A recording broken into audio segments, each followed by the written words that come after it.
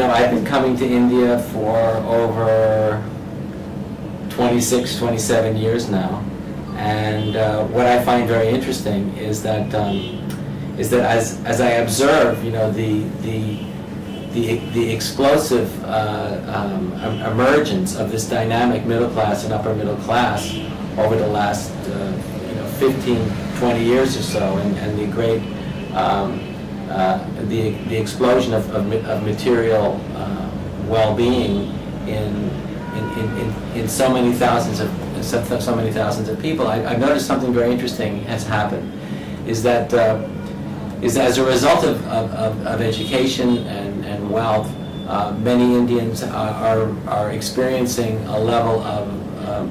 of well-being and practical and personal potential and possibilities that really simply didn't exist before. But at the same time, as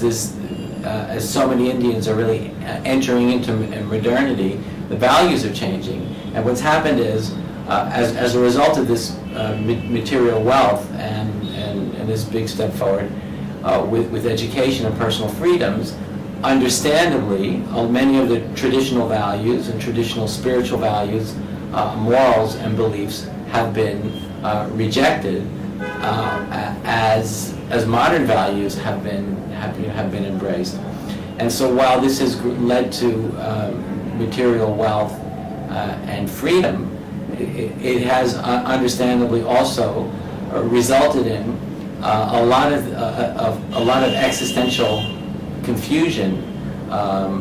alienation that we in the West have been suffering from for the last 50 years. And so I remember when I met the famous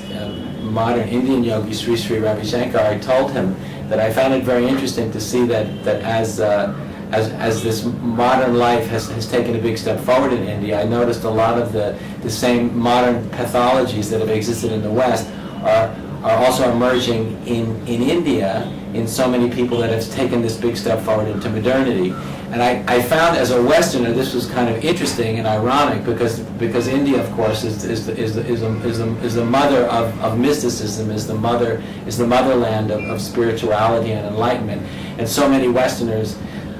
since the late 1960s, like myself, had come to India to find spirituality, to find spiritual freedom and spiritual liberation. And so after I became a spiritual teacher myself and I would return to India, I noticed that as a result of this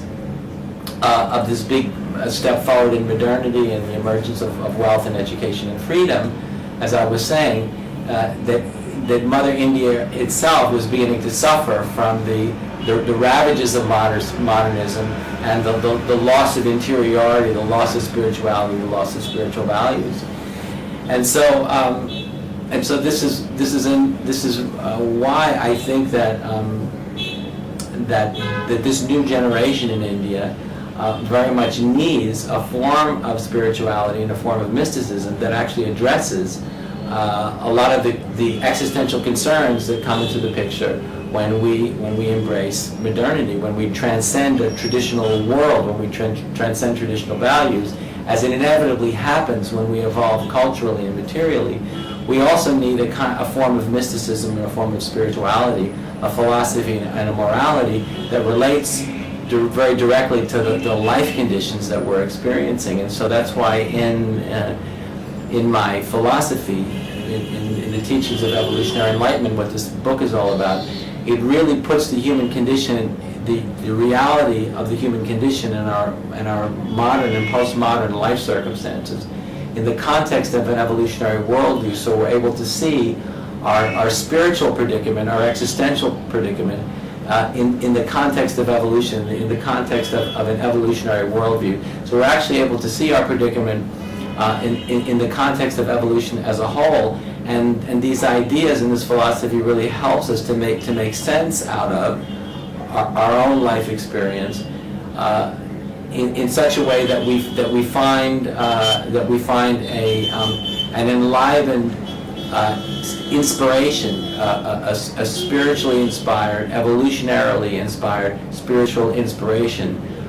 to live this life with a kind of spiritual self-confidence that makes all the difference. Because to be so lucky, to be so fortunate, to experience wealth and education and personal freedoms, but to lack deep spiritual self-confidence, I think, is the crisis of our time. This is true in the West, and now it's becoming true in the East, when there's so many of us that are among